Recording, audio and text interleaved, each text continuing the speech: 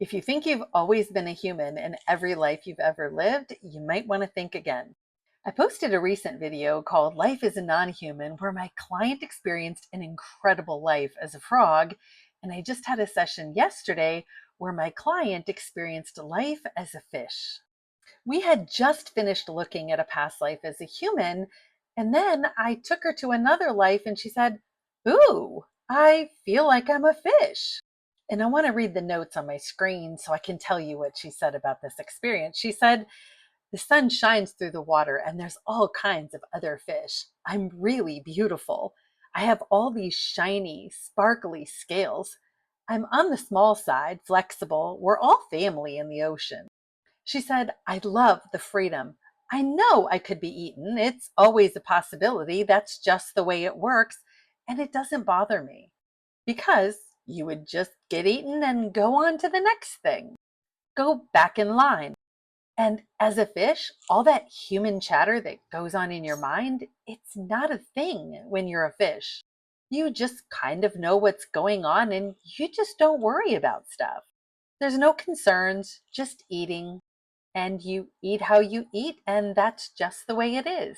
I asked her to take me forward to a memorable event in that lifetime, and this is what she said. She said, "A big storm rocks and moves all of us fish at the same time. It's fun to get moved around like that, and it happens fairly often." Then I asked her, "How did you end up dying in that lifetime? Did you get eaten?" And she said, "No, I just die and wear out of old age." She said, "I wash up on a beach. It's not unpleasant. There's no fear at all. It's just the way it is." Then she started laughing and she said, "I think my body gets eaten by a bird, the fish body." And then she said, "Damn seagull." I said to her, "Do you think the fish had the ability to resist anything or not want any particular thing to happen to it?" And she said, "No, that doesn't seem like a thing." I asked her, "So does that mean you have complete acceptance of absolutely everything that happens to you?" And she said, "Yes." Then I asked her, "What lessons do you feel like you learned in that lifetime?" And she said, "It feels like freedom was a big lesson for me. Just being so free and being able to move in the water so freely, not being controlled or contained or restricted. Just freedom and simplicity. It's pretty simple being a fish."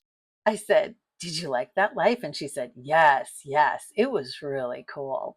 And I said, "If you had the choice between a life as a human or a life as a fish, which seemed pretty simple and pretty easygoing, which one would you choose?" And she said, "Ah," and then she started giggling and said, "Well, being a human is way more interesting, way more interesting."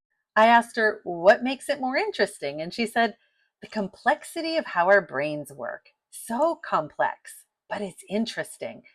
It's like the fish brains are just programmed, like it just is what it is. Simplicity comes at a trade-off." So if you haven't seen my video called Life is a Non-Human, definitely go check that out because the frog life was fascinating.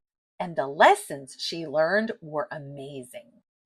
I've seen people have past lives as a Bigfoot, as bears, as monkeys, as honeybees, as fox, as dogs.